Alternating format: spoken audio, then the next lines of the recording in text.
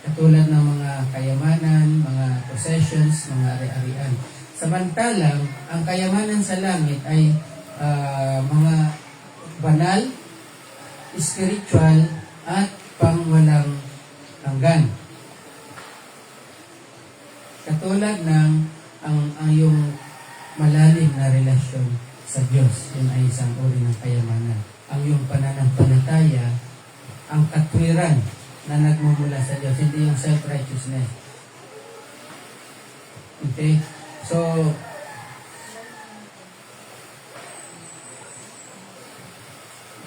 in view of this, no, mas maganda kung bibigyan natin ng priority ang mga bagay na makalangit. Okay? Bakit? Kasi nga, dahil nga sa ito ay hindi nasisira, hindi ito nawawala. At di-discuss din natin later on kasi hindi tayo abot doon. Yung linanakaw, nasisira, kinakalawang. Okay, so number 1, masiyahan ka kung ano yung meron ka. Okay. Alam mo kung mas iniibig mo yung pera kung yung hindi ka makatulog pag wala kang pera.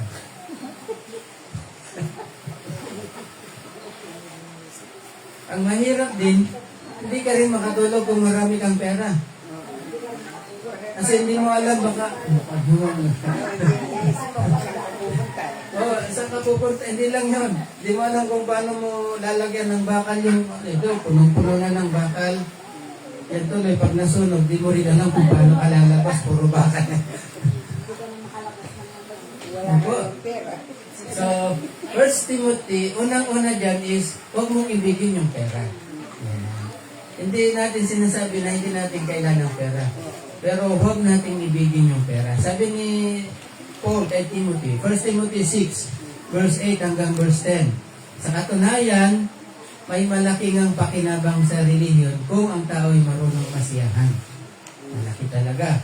Wala tayong dinalang anuman sa sanlibutan. Meron bang pinanganak na kwarna? May dala-dala siyang isang bar ng ginto? Wala. At wala rin tayong madadalang anuman pag-alis dito. Mali ka, Pastor. Nung namatay yung lolo ko, meron siyang relong Rolex, meron siyang isang long neck, kung ganyan ka ba. Hanggang doon lang sa liningan. Okay, kaya dapat tayong masiyahan kung tayo'y may pagkain at pananamit. Okay. Ang mga nagnanasang yumaman ay nahuhulog sa tukso at nasisilo sa bitag ng masasama at mga hangal na hangarin na nagtutulok sa kanila sa kamatayan at kapahamakan. Yung naghangad na masama. Kasi gagawa, paano sila natutukso? Aapakan nila ang napakaraming tao para lang nila makuha yung kayamanan. Marami silang mga dadayain, marami silang mga gagawing hocus-pocus sa mga dokumento o anuman. Matutok sila doon. Sapagkat ang pag-ibig, verse 10, okay, 1 Timothy 6:10, ang pag-ibig sa salapi ay ugat ng lahat ng kasamaan. Hindi ang salapi, kundi yung pag-ibig sa salapi ay ugat ng lahat ng kasamaan. Dahil kamumpahan na tayo ng dahil sa paghahangad na yumaman, may mga taong nalalayo sa pananampalataya, taong nalalayo sa pananampalataya at nasasablak sa maraming kapit-hatian.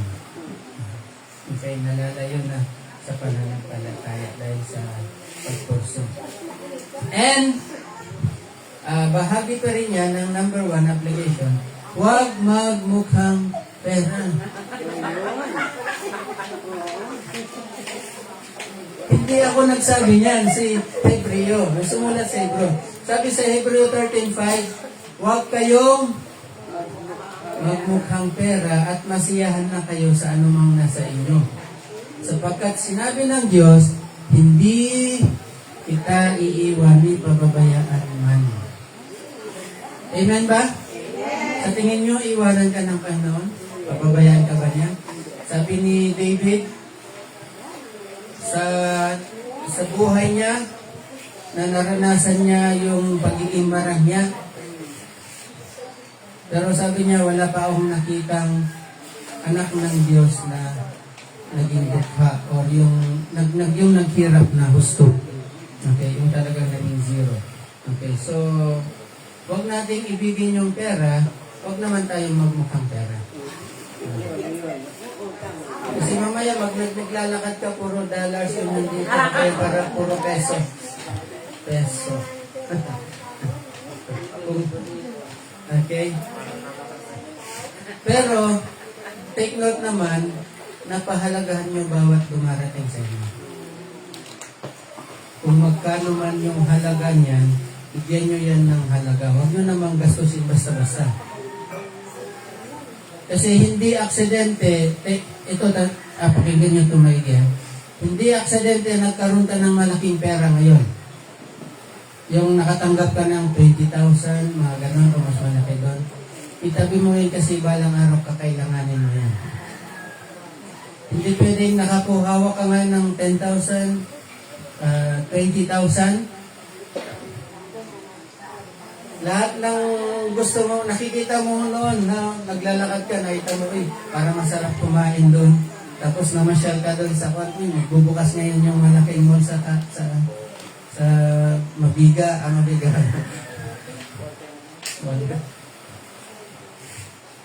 Makahawak ka ng pera, lahat na lang yun gusto mo nang puntahan. Meron kang nakalimutan na isa. Gusto, bibilhin ko to, kakainin ko to, pupuntahan ko to. Nakalimutan mo, yung types mo. Naisip mo na lahat ng gusto mong gawin, yung para sa Panginoon din mo naisip. So kung nangyayari sa iyo yun, ibig sabihin, mahal mo yung pera kaysa ang Panginoon. Okay, so huwag magmukhang pera, ibig sabihin ay huwag kang huwag yung puro pera yung nasa isipan mo. Okay? Ulitin ko, kailangan natin yan. Pero huwag yan yung magiging focus natin. Pangalawa, enjoy the fruit of your labor. In English ko na, di ko alam. Paano ba Tagalogin to?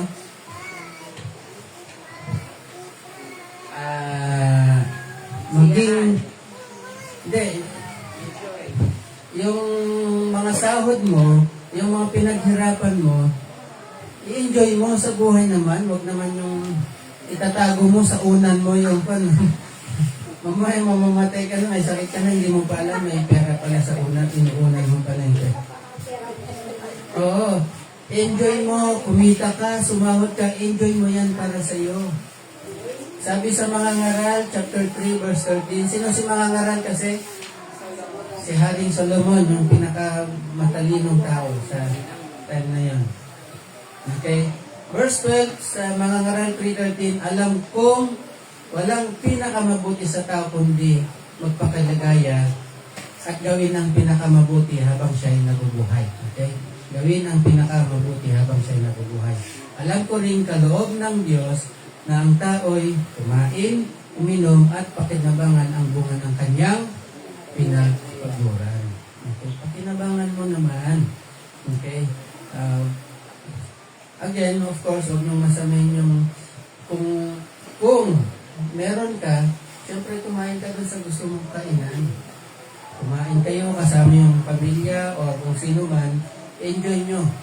Basta make sure na yun ay pinagpaguran mo. Hindi pinagpaguran ng iba. Tapos ikaw ang gumagamit. Kaya kung minsan yung buti na lang wala na masyadong networking ngayon, di ba? Ang networking, pagod na pagod yung nandito sa baba, yung nandun sa taas, nakaupo na lang, naghihintay na lang ng mga komisyon sa mga gumagalaw sa baba.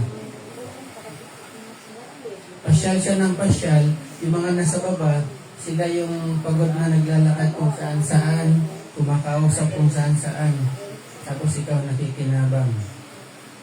Okay? Pangalawa, na verse ay mga ngaral pa rin, chapter 5, verse 18 to 20. Ito ang isang mabuting bagay na aking nakita, sabi ni Haring Solomon. Nararapat lamang na kumain, uminom, at pakinabangan ng isang tao ang bunga ng kanyang pinagpaguran. Tama po ba? Sa mundong ito, sa maikling panahong ibinigay sa kanya ng Diyos, ito ang ating bahagi. Ibig sabihin, meron tayong maikling panahon. Ang buhay natin dito sa mundo ay sandali lamang. Ganon din ang dapat gawin ng lahat ng niloob ng Diyos na yumaman. Take note, niloob ng Diyos na yumaman. In other words, kung sumagana ka ngayon, ito'y kalooban ng Diyos sa iyo. At gagamitin mo ngayon yung kakayanan mo, yung kayamanan mo para tumulong sa iba. Pero yung tulong na mapupunta sa maganda. Ang tanggapin ang kanilang bahagi at pakinabangan, ganon din naman ang dapat gawin ng lahat ng niloob ng Diyos na yumaman, tanggapin ang kanilang bahagi at pakinabangan ang bunga ng kanyang pinagpaguran sapagkat ito ay kaloob ng Diyos. Sa gayon, hindi siya malulungkot kahit na maikli ang buhay niya sa daigdig sapagkat puno naman ito ng kasiyahan. See, makikita niyo yung point dito ni Ecclesiastes ng mga ngaral. Hindi naman yung makuha mo, hindi ka na pwedeng maging kawawang-kawawa sa mundong ito. Hindi naman yung sobra-sobra. Okay? Masiyahan tayo kung ano yung dumadating at gamitin natin ito ng tama. I-enjoy natin ito, magkaroon tayo ng kasiyahan sa mundong ito kasi may kilinan yung buhay na ito. Okay? Pero ang pinaka-point ng ating Panginoon Jesus is enjoy natin ang lahat ng yan basta huwag mong namang ituon, huwag mong ibuhos yung buong buhay mo sa pagpapayaman. Magbigay ka rin ng panahon sa Panginoon. Sapagkat ito naman yung purpose natin, di ba? Kung bakit niya tayo nilikha? To give glory to God forever. To worship Him forever. Ito yung conclusion ni mga ngaral, Ecclesiastes. Kung may time kayo, tingnan nyo siguro. I think nasa chapter 12 ng Ecclesiastes yun or chapter 13. Na ito yung conclusion ng lahat ng bagay, sabi ni mga ngaral. To worship God forever. Nabigyan mo siya ng glory forever. Parangalan siya. Yun naman yung ating dapat na ginagawa. Okay? So, enjoy natin. Magtrabaho tayo, pero huwag tayo masyadong magpakapagod. Mamaya, makita niyo yung mga masisipag magtrabaho. Binigyan tayo ng 8 hours na paghahanap buhay. Yung iba gusto pa maging 10 hours, magpo-overtime pa. Pag uwi sa bahay, nag-overtime na, pag uwi sa bahay, mag-work from home pa rin, maghanap pa rin ng mga online. Uubusin yung oras sa paghanap buhay. Ubusin natin yung ating oras sa mga pansamantala lamang, sa mga kumukupas. Na nakakalimutan natin yung pinakamahalaga, ang buhay na walang hanggan, ang sa Panginoon. Sige tayo tumayo, tayo naman.